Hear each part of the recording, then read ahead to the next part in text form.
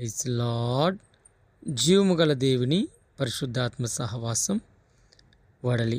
ఈరోజు వాగ్దానం మన కొరకు పరిశుద్ధ గ్రంథం నుండి జకర్యా గ్రంథం 9వ అధ్యాయము 9వ వచనం. సియోను నివాసులారా బహుగా సంతోషించుడి, యెరూషలేము నివాసులారా ఉల్లాసంగా ఉండుడి.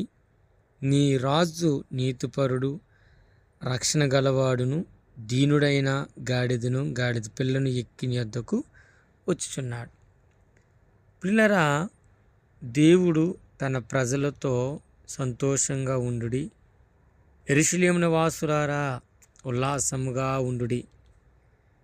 ఎవరు ఆయన మనతో మాట్లాడుతున్నాడంటే, నీ రాజు, నిన్ను ఆదరించేవాడు, సర్వలోక రక్షకుడైనటువంటి యేసుక్రీస్తు యెరూషలేము నగరములోనికి గాడిద పిల్ల పైన వినయముగా ప్రవేశించబోయేటటువంటి సంఘటనకు ముందుగానే తెలియచేయబడినటువంటి విషయం. పిల్లరా, ఈరోజు ఆయన ఎవరి వద్దకు వస్తున్నాడు అంటే, ఇదిగో దీనుడుగా. ఎవరి దగ్గరికి వస్తున్నాడంటే, ఇదిగో మన కొరకే ఆయన మన యొద్దకు వస్తున్నాడు. ఉన్నతమైన వాడు, అత్యున్నతమైన వాడు, దీన మనసుతో నీతిపరుడుగా, రక్షణ గలవాడుగా, దీనుడుగా, ఒక భారీ వాహకము కలిగినటువంటి గాడిద పిల్లని ఎక్కి మన దగ్గరకు వస్తున్నాడు.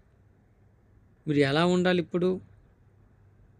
ఒక సహోదరి చిన్న బిడ్డ అంటుందంట, పాప ఈరోజు మా మావయ్య వస్తున్నారని చెప్పిందంట. ఎందుకు?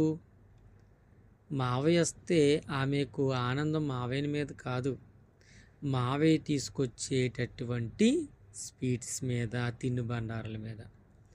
ఈరోజు మన యొద్దకు వస్తున్నవాడు ఉన్నతమైన వాడు, గొప్పవాడు, రాజులకు రాజు, ప్రభువులకు ప్రభువు. ఆయన ఏం చేస్తాడు?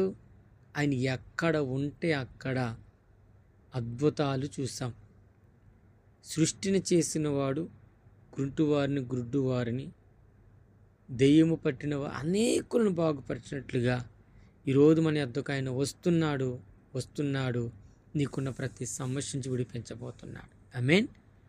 నమ్మకము కలిగిన, నమ్ముతున్న మనందరము ఆయనతో సహవాసం కలిగి ప్రార్థించేద్దాం. సకల ఆశీర్వాదాలకు కారణభూతుడా నా ప్రియ పరలోకపు తండ్రి, నీ పరిశుద్ధమైన, శ్రేష్టమైన, ఉన్నతమైన నామం కొరకు వందనాలు, స్తోత్రాలు, స్తుతులు చెల్లిస్తూ ఉన్నాం.